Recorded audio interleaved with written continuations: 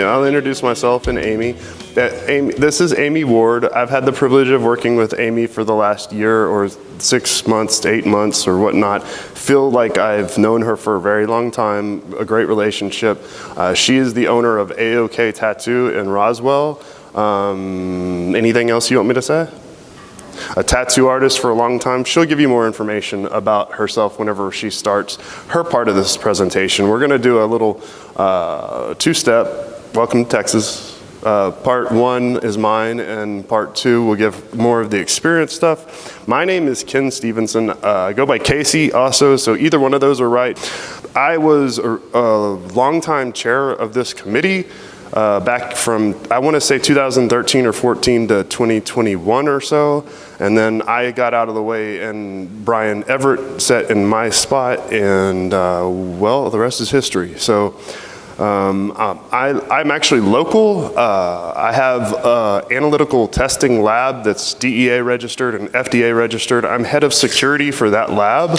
We're located here over by DFW Airport on the north side. We handle all sorts of FDA regulated product testing, including chemical analysis and biological stuff. We do that on a daily basis for pretty much every FDA regulated product segment. And then here recently in the last 3 or 4 years, myself and another guy, John Mysock, who retired from FDA after retiring from Estee Lauder, after retiring from Wyoming government, he retired from the FDA and came to work with me, and he's been pivotal in this space. If you've been working in this space for a while, John Mysock was one of the guys that was instrumental in developing the body art committee here at AFTO, and now he and I and one other colleague work together. We have 100 years of GMP experience in consulting between us. I've been doing it for almost 25 years now, which is amazing. I can't believe I've been doing this long, but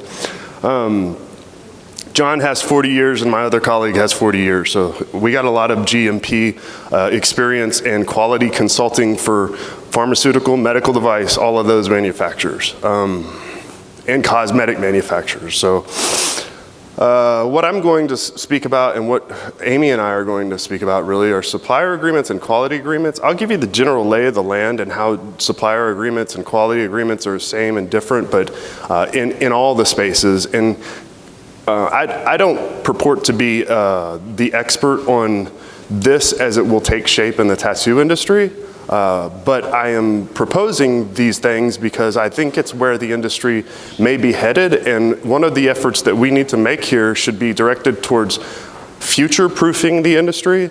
And you'll see what I mean as I go through this. I do want to say that mine's not going to be very long. I really believe that Amy, because she has the experience here, is going to be the main event for you guys. And so I'm going to go through mine pretty quick, and then I'm going to get out of the way. So again, this is me. I'm talking about supplier agreements and quality agreements.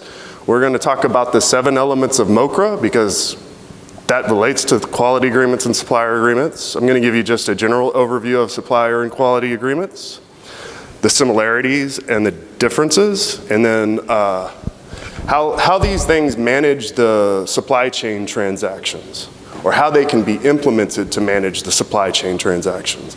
And then I want to talk a little bit about the positive impacts, or what could be the positive impacts. So first off, I know we've all heard a lot about MOCRA. I give training on this stuff, and I don't want to get too deep into the weeds on it, but there are basically, in the way that I try to sum this up for people, is it's for the responsible person, like whose name is on the label of the product, or the manufacturers.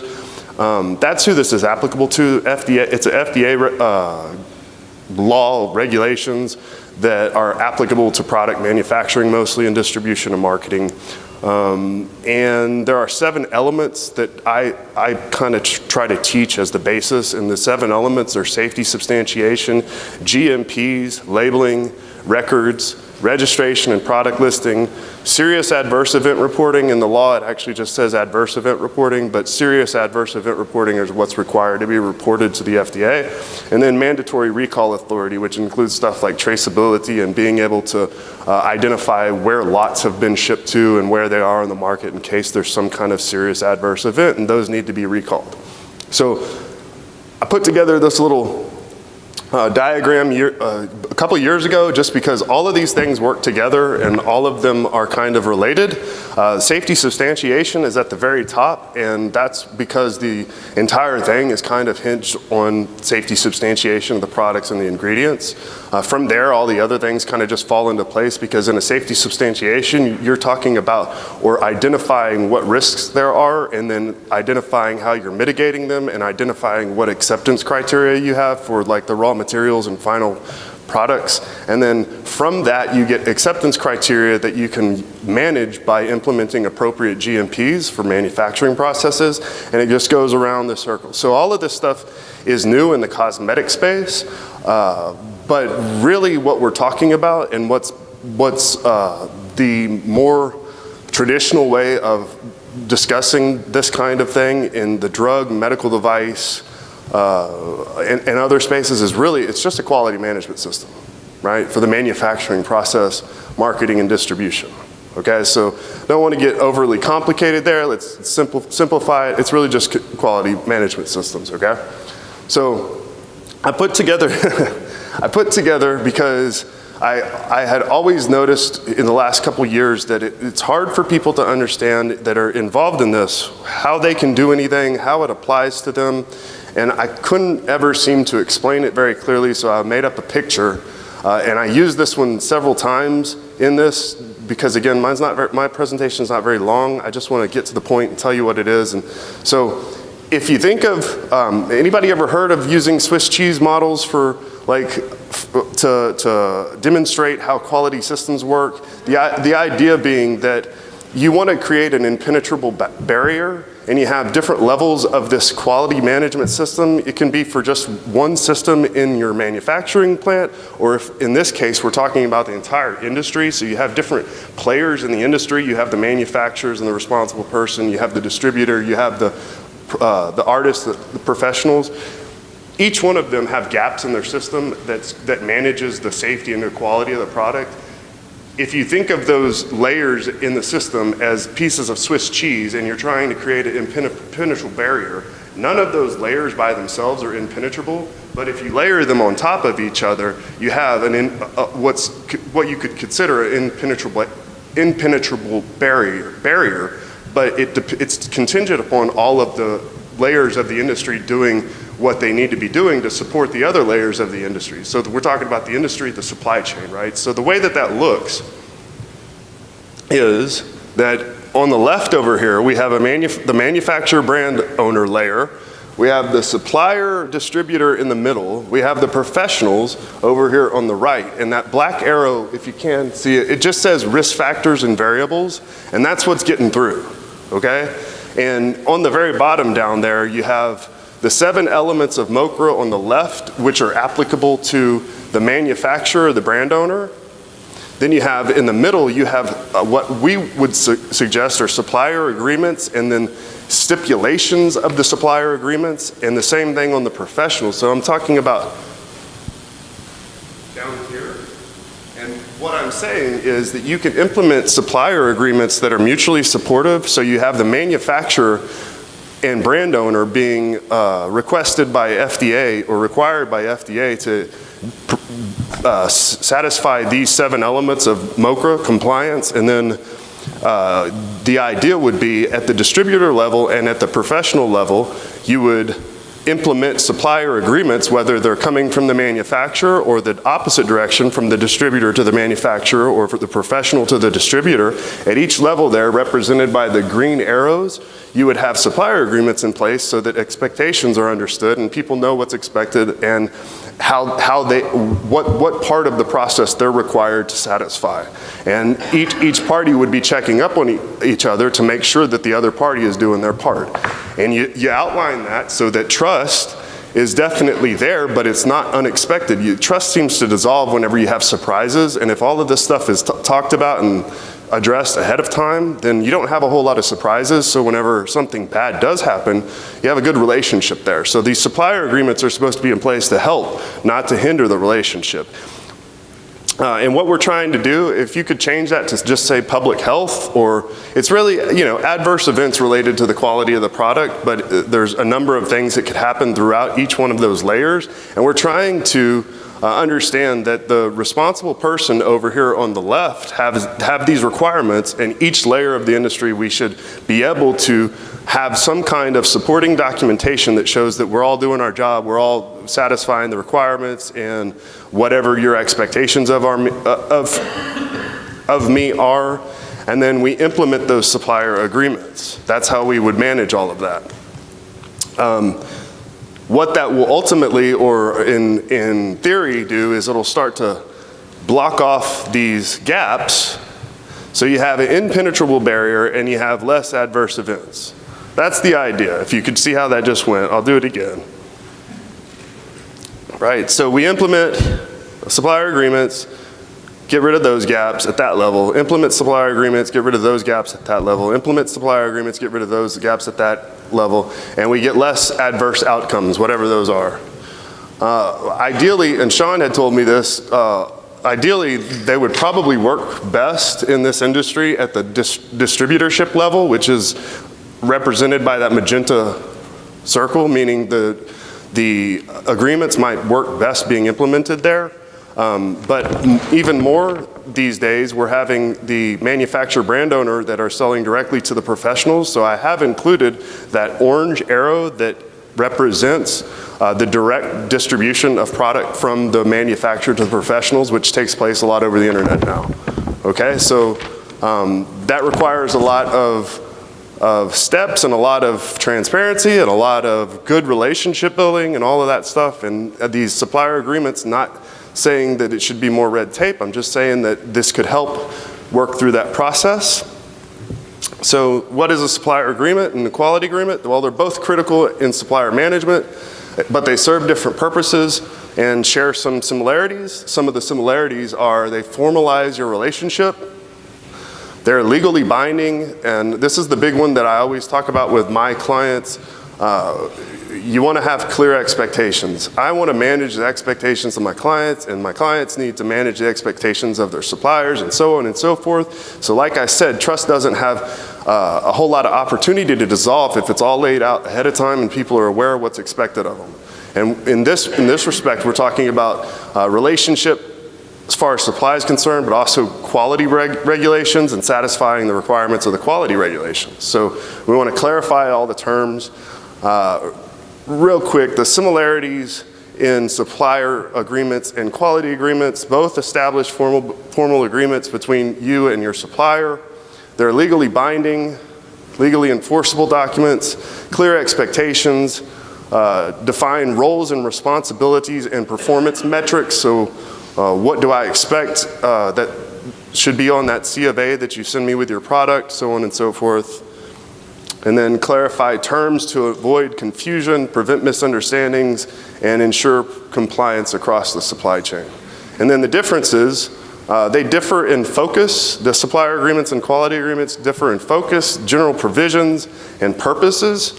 And they look kind of like this. So the supplier agreements typically are broad business terms and conditions, while the quality agreements focus more on quality standards and product integrity. The general provisions, supplier agreements focus more on pricing, delivery schedules, payment terms, confidentiality, liability, and intellectual property, what's expected in those realms.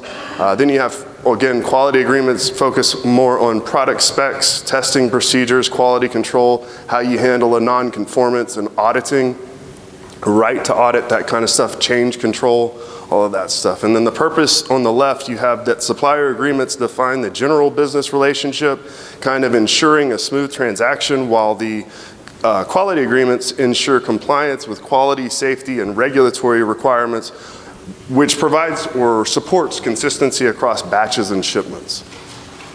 So the idea here is that we want to, another way to look at what I'm talking about is we're managing the transactions that take place, okay? So we want to manage or control what's going on here. We want to manage or control what's going on here.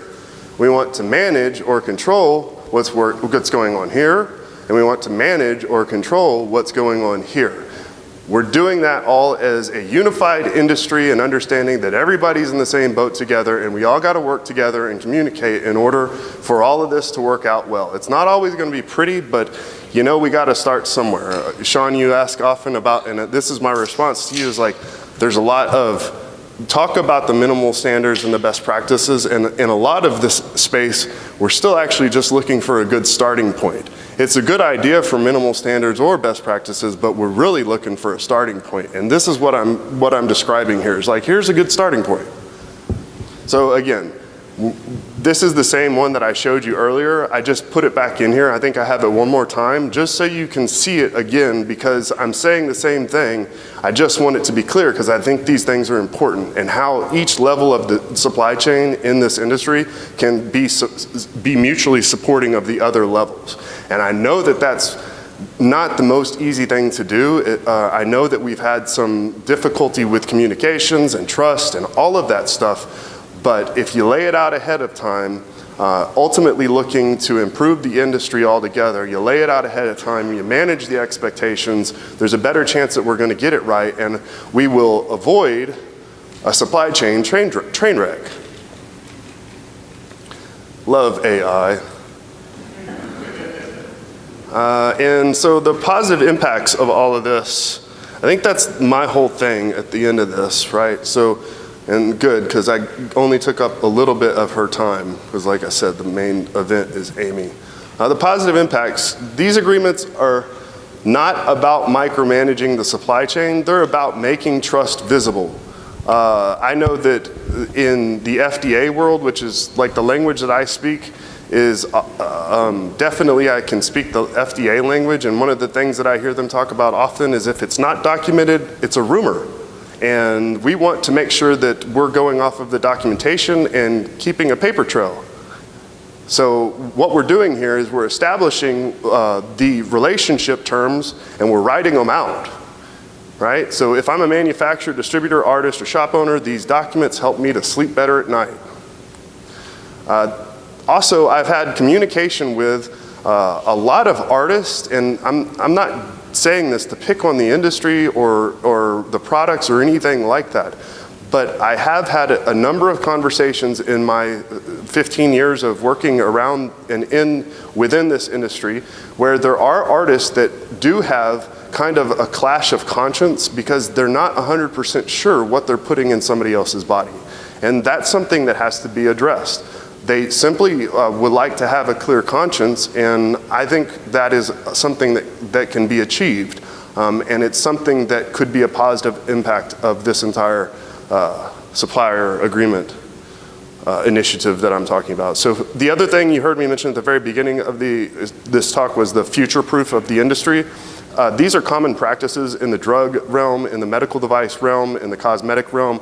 I'm not saying that the way that I'm describing them is written in stone, but I'm saying that this is something that is going to be like par for the course and already is in many respects. Probably not as tight as it needs to be yet, but this is where we are going. And so in order to future-proof the industry, keep the industry out of regulatory scrutiny and out of the crosshairs of big regulatory bodies, I think these will help, not just for the clients, the collectors, and the regulators.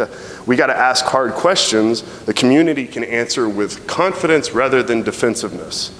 I was saying, I think this, I mentioned to Rob, and I actually mentioned to Brian, one of the things that I do is I want us to have those hard conversations amongst those of us that are favorable to the cause, and I want us to talk about all of the stuff that we don't want to talk about normally, because it's best to have all of our reps performed in an environment where we're all favorable to the cause, so we're not working it out on the fly whenever somebody is not favorable to our cause talking to us about it. Does that make sense?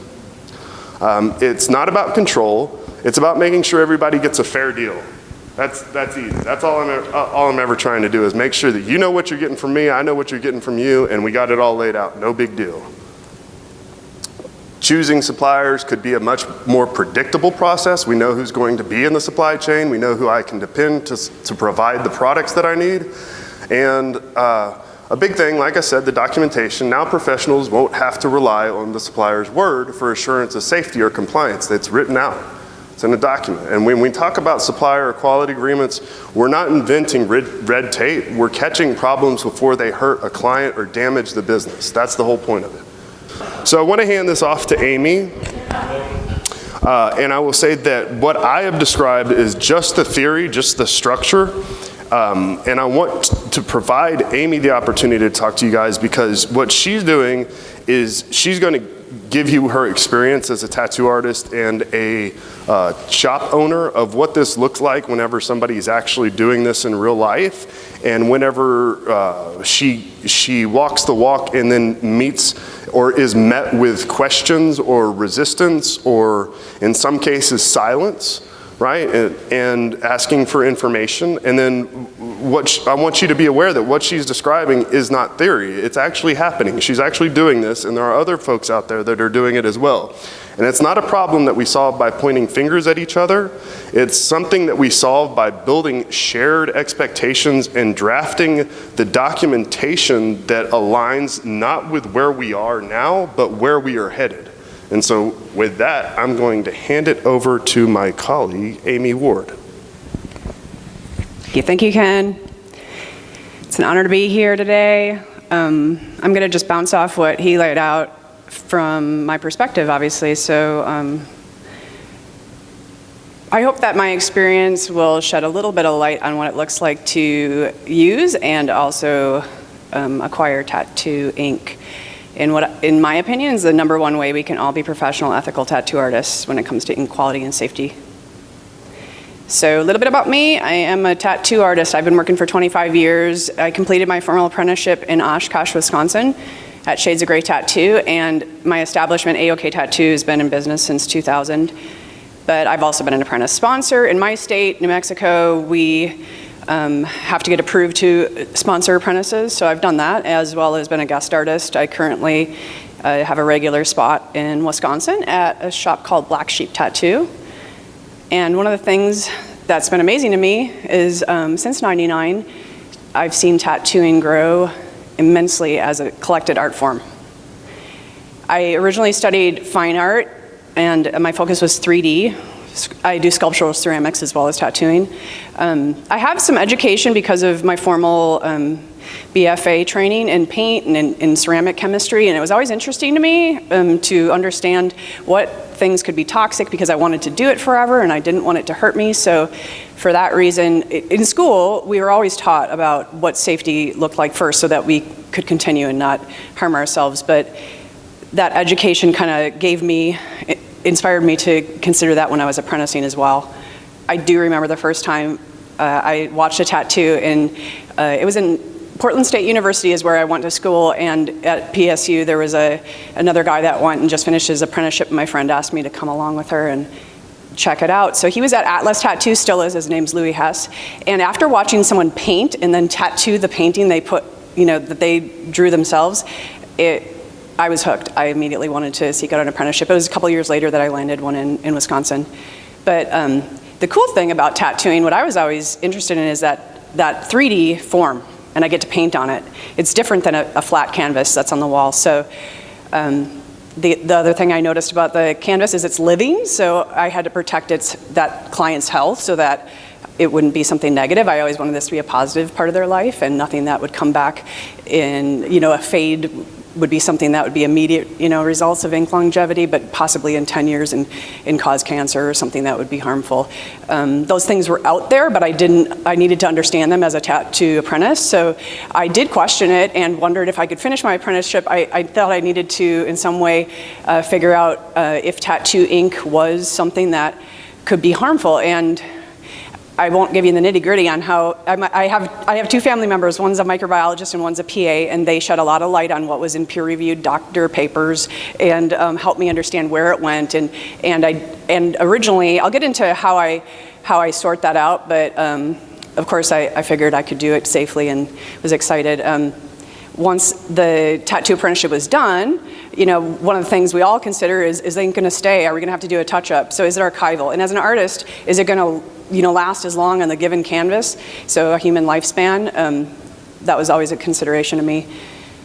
And the cool thing about tattoos is as an art form is it's walking around all day long. You know, our galleries are living and interact in mundane areas like grocery stores, and people aren't expecting to see the art, but it's right in their face. And I think this personal interaction that it has, it's just precious that someone, you know, gives me that honor to put something on them that they actually have to look at every day.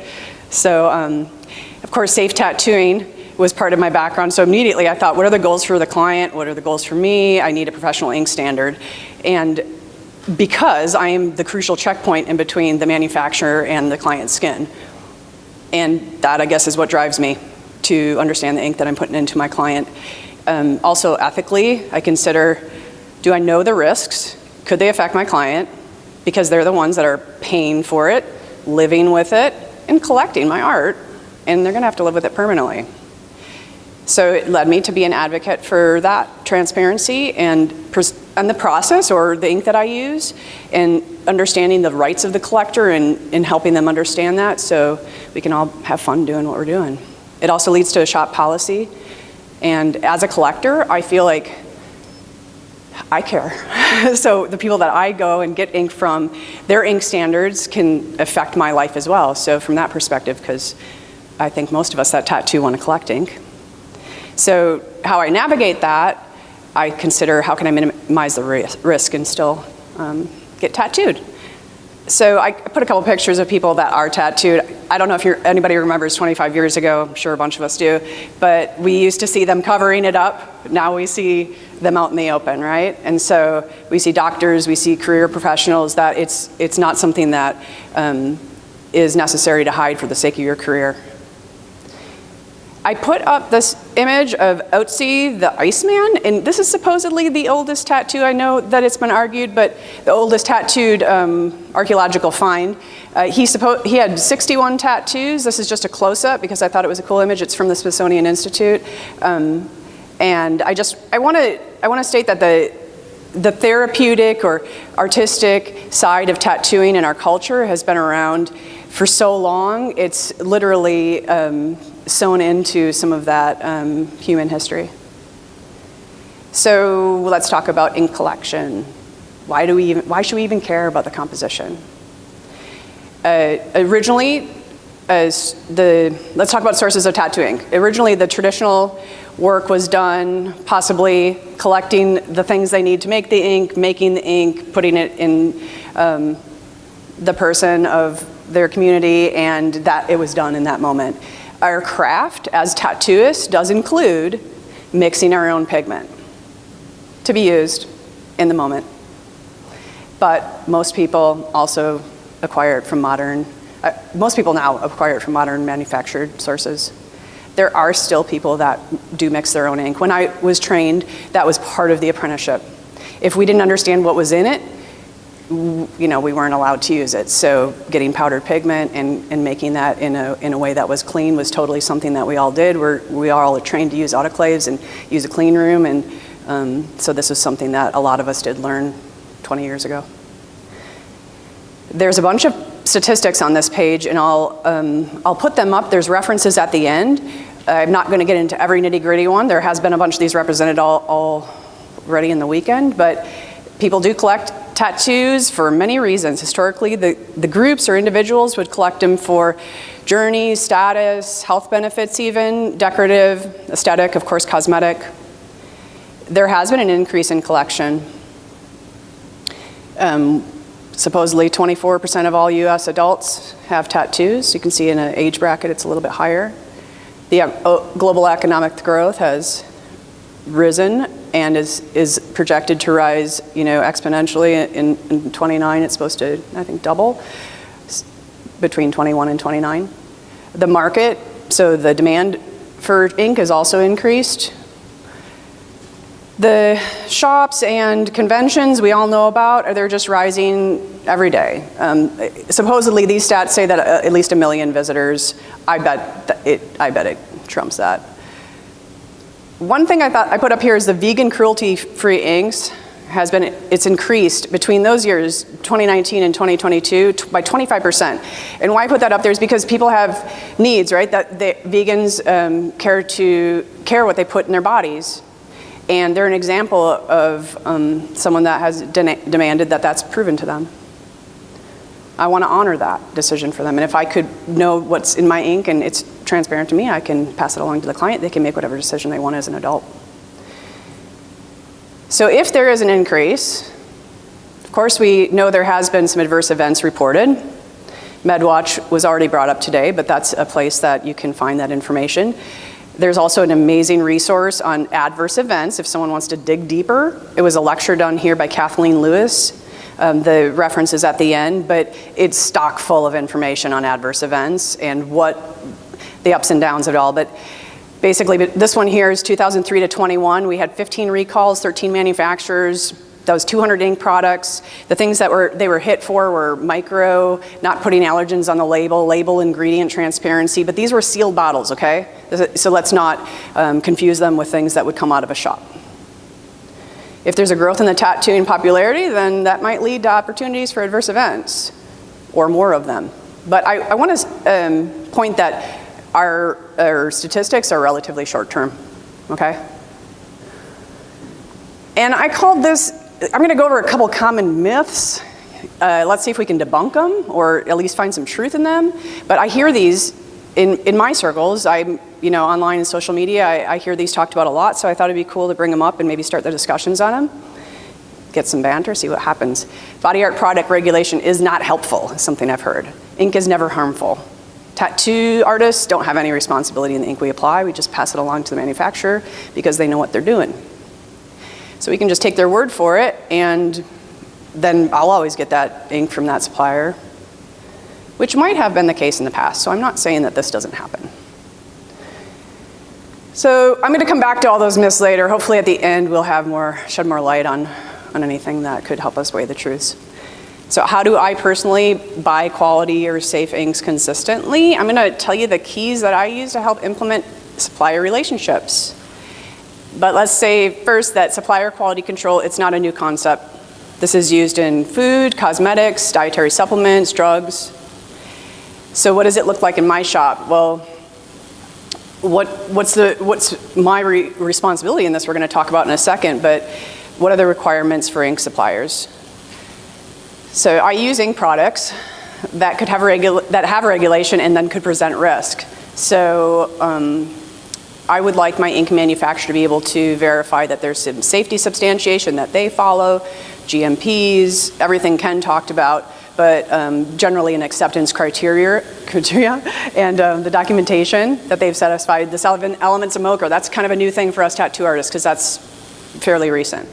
But in the event of a recall, it's really not only the ink provider that is responsible, it does state it's everybody in the supply chain. We'll talk about why. My professional licensure requirements for the state of New Mexico actually does say that it's not adulterated. Our inspectors do come and look for lot numbers. This is a copy of the New Mexico Administrative Code, specifically H on there, states that ink should be made for the purpose of tattooing and not adulterated. How can I buy quality inks and make sure they're safe consistently? Well, let's talk about that word safe. It doesn't mean risk-free. The definition from FDA.gov is up here, but safe indicates that if there's a likelihood of harm, that it's reduced to an acceptable level. And that looks like a risk assessment, process of identifying and analyzing the hazards and associated risks. And then in my shop, an adverse event protocol, which just looks like I keep client records, and if they come back to me and say there was something done, that I can go source my ink and say, let's talk to that person and just let them know. Of course, if there was a serious event, it must be reported. That's my responsibility. So, has there been any past known ink issues? Well, those ink issues, let's unpack a little bit. Labeling was one of them that happened. They found that there was ingredients in the ink that weren't on the labels, and then there was labels listing things that weren't even in the ink. So MOCR does require that I have allergens on my label. That's important to me because if I had a client that had pre-existing conditions or something where they were concerned about allergies, then I could, again, do a medical history form with them, make sure that we understand that, and then they can make a good decision. The other thing they found was microcontamination. Of course, that's something that could be dealt with in management, should be dealt with in management of the processing facilities, so they could implement control measures, correct? I listed a few. So how do I buy those savings consistently? How do I know it's not contaminated? Well, how does it even occur? Let's talk about, usually it's the GMP isn't properly executed. It could be human error. But even if they did everything right and it wasn't stored, or the distributor didn't take care of it correctly and it got to me somehow, or I didn't store it, or I didn't know how to use my ink or write an expiration date on and use it by that date, then it could also be the source of contamination. So understanding all of those metrics, I feel, gives some light on it, but it's not a black or white issue when it comes to that adverse event. So the practitioner needs to understand how to store ink, how to read the label. Traceability, allergens, and expiration are things that are on my mind. And what's traceability? It means that if something happened, if there's an alert from FDA that says we have a ink that's recalled, which happens, it just happened recently, I can go look on my shelf and take it off because I don't want to hurt somebody with it, right? In fact, everybody can do that, and we can actually prevent and reduce exposure. If I had an adverse event, and I could also report it, and then I could also help prevent other people from having that. I think manufacturers in the past have been able to use that to make their business better. So an ink supplier agreement, Ken went over really well, and I'm going to list the things that I do. Initially I talk about, what do you got as documents? I have to put them in my drawer for my inspector actually in my state, or I like to have them in my drawer. I also like them in my drawer for my clients and my insurance company, and so I can sleep at night and make sure that everything's the way that it's supposed to be, so I can just do my art, because literally I'm an artist. And ink is part of my art, and the human, like I said, is my canvas, so art's really what matters to me. The supplier agreement is something, as well as the quality agreement. Some of those things help me. I ask the manufacturer, if there's a change of control, can you please, or if there's a change in your product, could you please tell me? Because if I understand that change of control, then I know when things are changing, and I need to understand that to be able to give a consistent product. If anybody has a question on how to get those things employed, or what it looks like to apply them to your specific business, there are consultants, and I don't think it's, that's their wheelhouse, on how to interact with the FDA now that they're involved, and how to prepare you or set you up for success. So, of course, Ken works for a company, Sudareg, and they do things for people like me or manufacturers to interface with the FDA and literally make sure that they walk it out in a way that will be good for them. This is an example of my document request. I usually have a phone call with someone and try to discuss with them what my concern is, so they understand that I'm not trying to do it for reasons that they wouldn't be interested in. So I try to have that conversation, and then I usually send them this, and then we go from there. And like Ken said, it's a starting point, especially with MOCRA being new.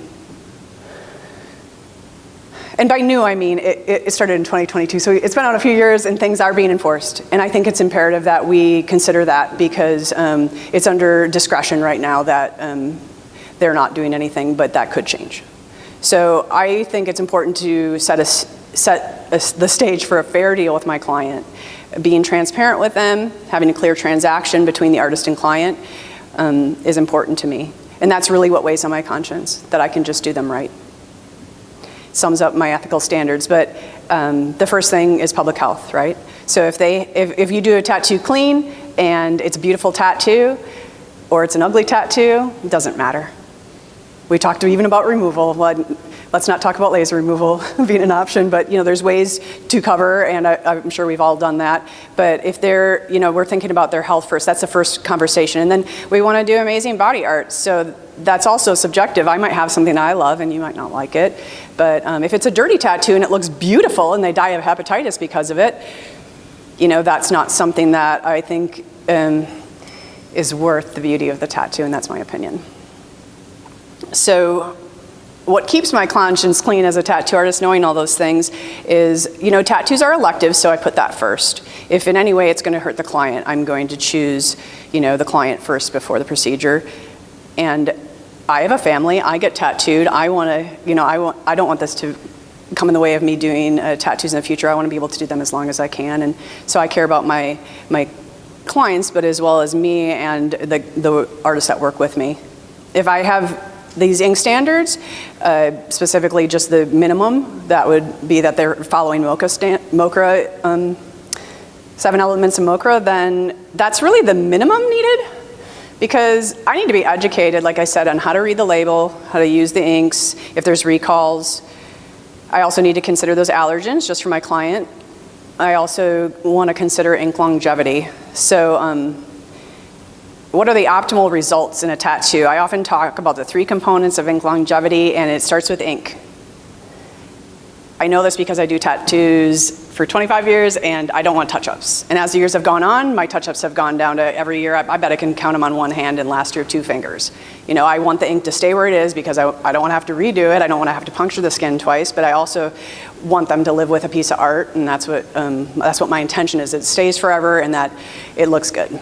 So the second part is me doing it right, getting in and out of the skin without harming them, and of course leaving the ink where I intended to. So good application, and then them healing it is a huge part of that. And once it's out of its flux stage, I tell my clients 90 days is when your melanin's actually back in the skin. And we talked about there could be a fluctuation of that. That's the maximum amount of time. But once the skin's healed, then it's there. And I say that knowing that we are talking about migration as well, and that ink, you know, has been found in lymph nodes. But I would ask the question, is all ink the same? And are there a few metrics in here that could affect that? I put up a picture of me in the studio. If you guys don't mind just staring at it for a second and considering, can I see the safety standards that are being used in that? PPE is personal protective equipment, and can you see what I'm doing to try to keep the studio clean in some ways? Wearing a mask, glasses. Kathy went over most of the things that we use to protect ourselves. Can you see the ink standards that I'm using right there? I know there's ink in the picture. It's pretty invisible, right? So to my client, I'm gonna have to educate them. The first thing I say to a client is, just so you know the product you're getting, I have a standard in ink. Of course, there's my license, I do it clean, here's my inspection, I don't have any dirty hits, but the ink you're getting is what you're leaving with, so let's talk about that first.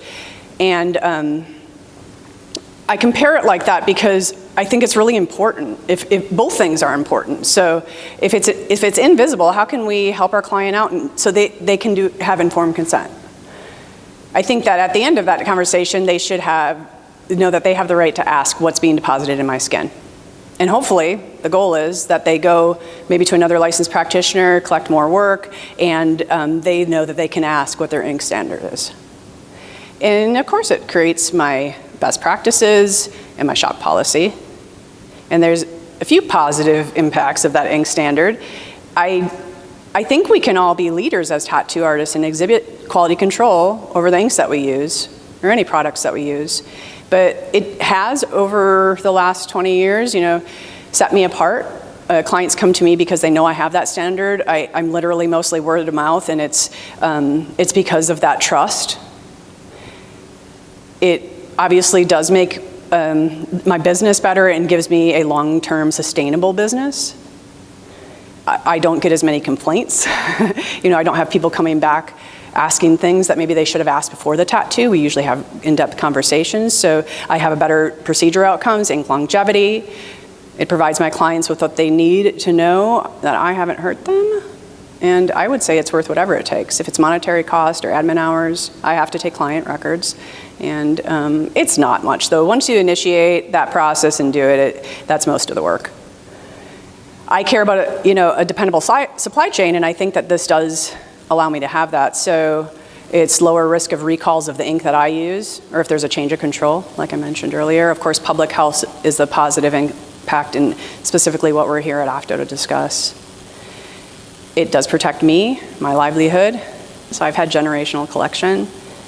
And I figure if I can be affected in a negative way, then how can I have a positive effect on that situation? It's, to me, a get to, not have to. Like I said, I feel like it's an honor when they ask me, so I feel like I gotta do them right. But the other thing that it impacts me positively is that I have compliance with my body art professional licensure requirements. And that I manage my liabilities. If I give them informed consent and they're an adult and they understand it, I feel like I've accomplished my goal, and they are definitely assured that I put their health first. So this is one of the impacts I see. There's, of course, negative impacts of no ink standard, in my opinion. I'd encourage you, don't be a casualty of your ink mediocrity. because if you don't have any product accountability, you have lack of control over your quality of ink, using inks that aren't compliant could lead to higher unmanaged risks of a recall or of supply chain disruptions, and could have poor outcomes for the client, like the longevity.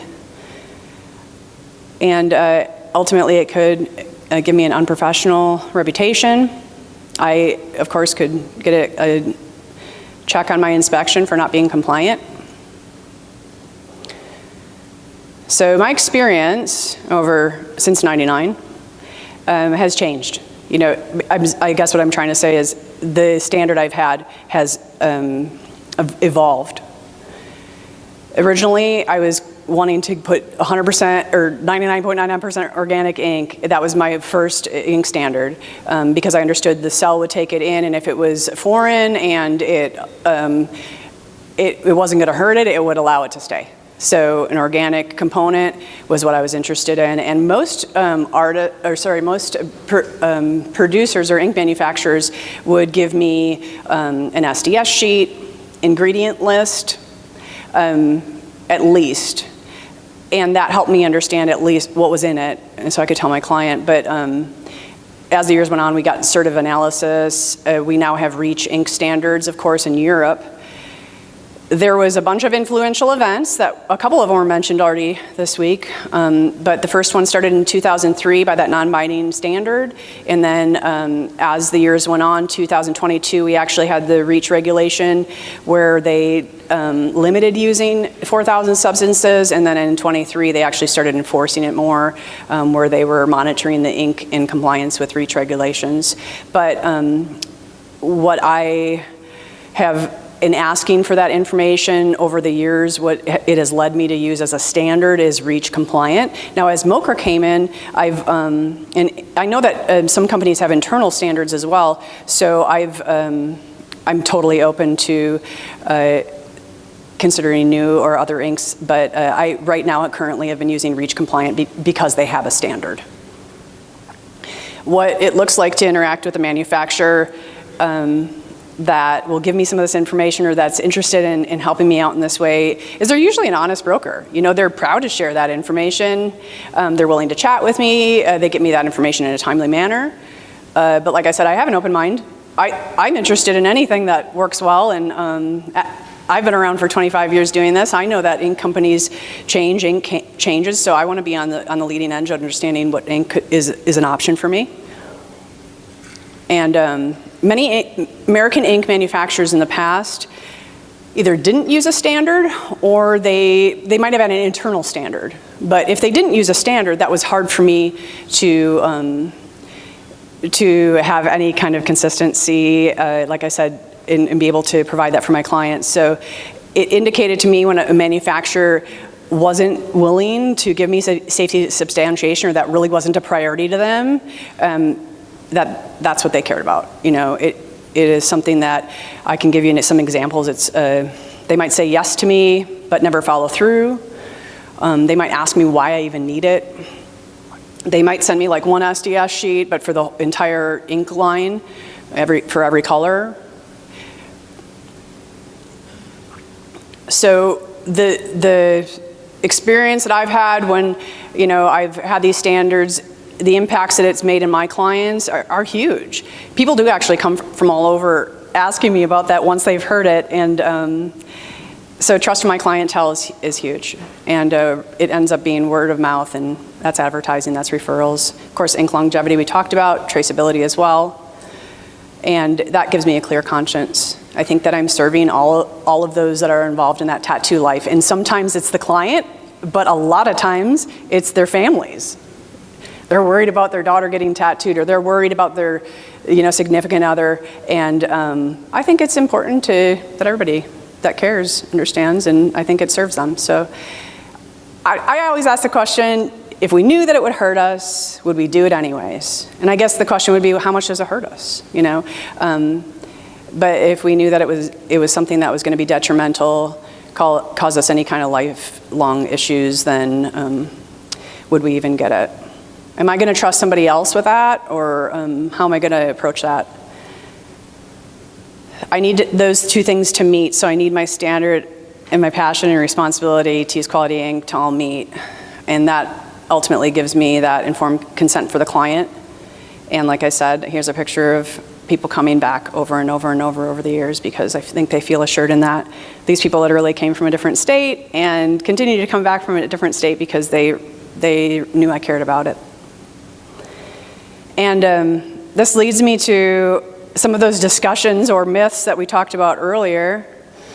What are the questions that we need to ask when it comes to these 4 myths, I'll call them again, but how can we just weigh what matters, and how can we have discussions about this in the future that would be productive? So, hey, are all tattoo inks safe? I don't know if anybody have an opinion out there, but could they actually be potentially risky to your health? I would respond to my clients, not the kind that I use.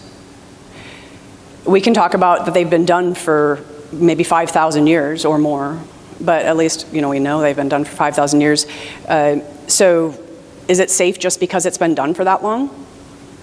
I don't know. Has ink manufacturing changed anything about ink safety? I would say yes, and I've had discussions even this weekend that I think shed light on it as well, but yes, it has, because manufacturing has in a lot of different commerce. When you add a big manufacturing facility, there could be more neglect, but also it actually could clean it up too, right? If they have good standards. So I think it's maybe done both, but since we don't have metrics for really more than maybe 20, 40 years, I don't know how we could know this. I don't know how we could know that it's been safe, but the next one we're going to talk about is just, do tattoo practitioners have any responsibility in the ink that we applied? So the question I have is, should we trust our artists to automatically use safe inks? We can. Is the manufacturer doing what they are required to do, or am I taking their word for it? Well, I've heard that, this is just something that's been around the internet in the last 6 months or so, but all professional inks are automatically safe because they have standards. But immediately the question that comes to mind is, have there been recalls, and why? And they have been found in sealed bottles, and to Pro ink, of course, that's the ones that are being recalled. So of course professional inks have had issue. They're not automatically safe. But we can, if someone has a recall, verify and substantiate that they've gone through a corrective action needed. That's easy. And some companies, like I said, they flourish because of it. They find out where the hole in their Swiss cheese was, and they mitigate it after the recall. So the other myth I heard kind of recently was that do-it-your-own kits are the real risk, not recalled inks. And I just think they're two separate conversations. Because again, do-it-your-own kits are probably not the professional inks that we're talking about. The fourth one and last of these discussions that we could have, and I hope that this lecture encourages more discussions on this topic. So I'm just trying to do a little bit of discussion starters on some of these, but they're things that I think are important discussions because I hear a lot about them on the internet, and I love that we have a researcher involved, or we have more than one researcher involved, but I think that that's kind of the connection we should be making, is talk to someone who's educated on it. But ink products are growing in use, popularity and demand. We have identified there's some hazards. I know that the tattoo industry can help create these ink standards. So I do feel it, I'm excited that there could be validation, standardization, legitimate, making them more valued and understood that they're legitimate. So I want everybody to enjoy this art form, and I think they can for a lifetime.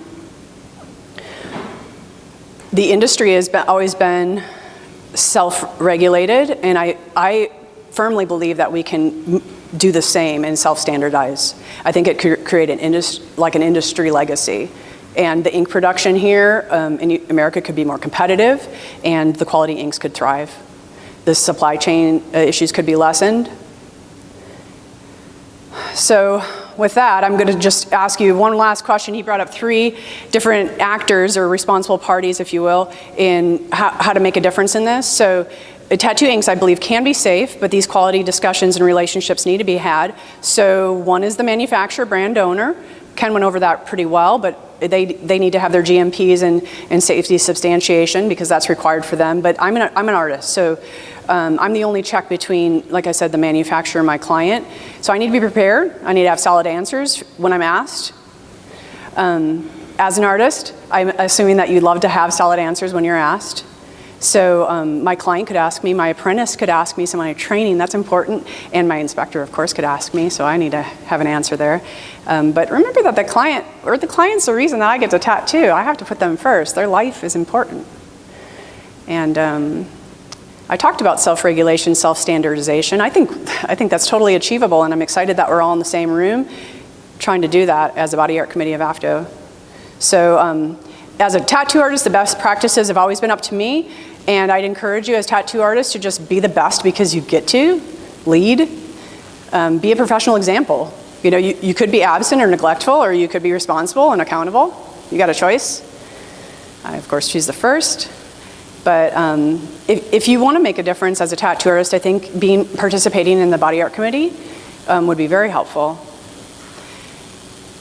MOCRA is now being enforced or will be being enforced at some point in different levels, and the new guidelines are being formed. So as an industry, we need to represent, and I encourage everyone, every tattoo artist, to get involved because we can help lead the way in this regulation because we need to be the ones that we understand our business. And as far as public health goes, I think that could be beneficial for us. So be proactive in your ink standards.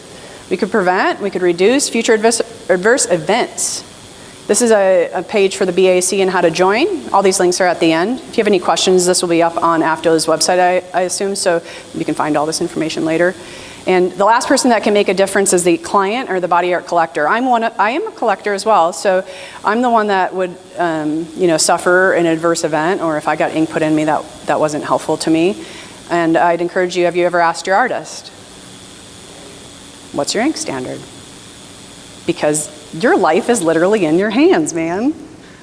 You know, you can give it to someone else, but your life is in your hands. And as a client, and as a consumer, that ink standard can start with you. If public education happened and the clients understood that, or if as everyone that's in this room can go out and ask someone that's tattooing or getting a tattoo or wants to get a tattoo, do they have an ink standard? To start the conversation. I think it's an interesting conversation to have. So let's have some quality discussions on quality ink, y'all. And I put this up here because it's a known graph as far as the social ripple effect. I love this quote by Mother Teresa, which is, "I alone cannot change the world, but I can cast a stone across the water to create many ripples." And I encourage you to do the same as a tattoo artist, because if you affect one person and then in your community, you make a difference, and ultimately you can see where it leads, that we can affect society. These are some references, and like I said, you can get these later.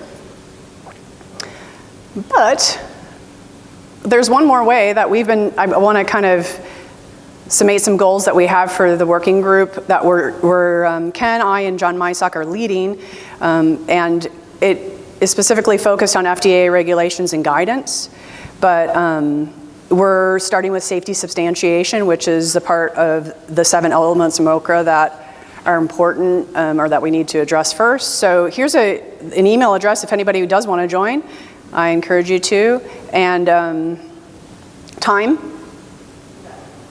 Okay, so if you want any more information on that, please keep in contact with us. And I think there's paper on everybody's table. If you would like to use a pen and ask a question, you can write it down, get it to Jody. We're going to have a panel discussion here shortly where all the speakers are invited, and they are going to ask each other questions first. But if you have any questions that haven't been answered today, we're going to try to get to them. And thank you, AFTO, for having us and supporting us. I think it's crucial to what we're accomplishing here. You putting on the body art track, it's literally a treasure to our industry.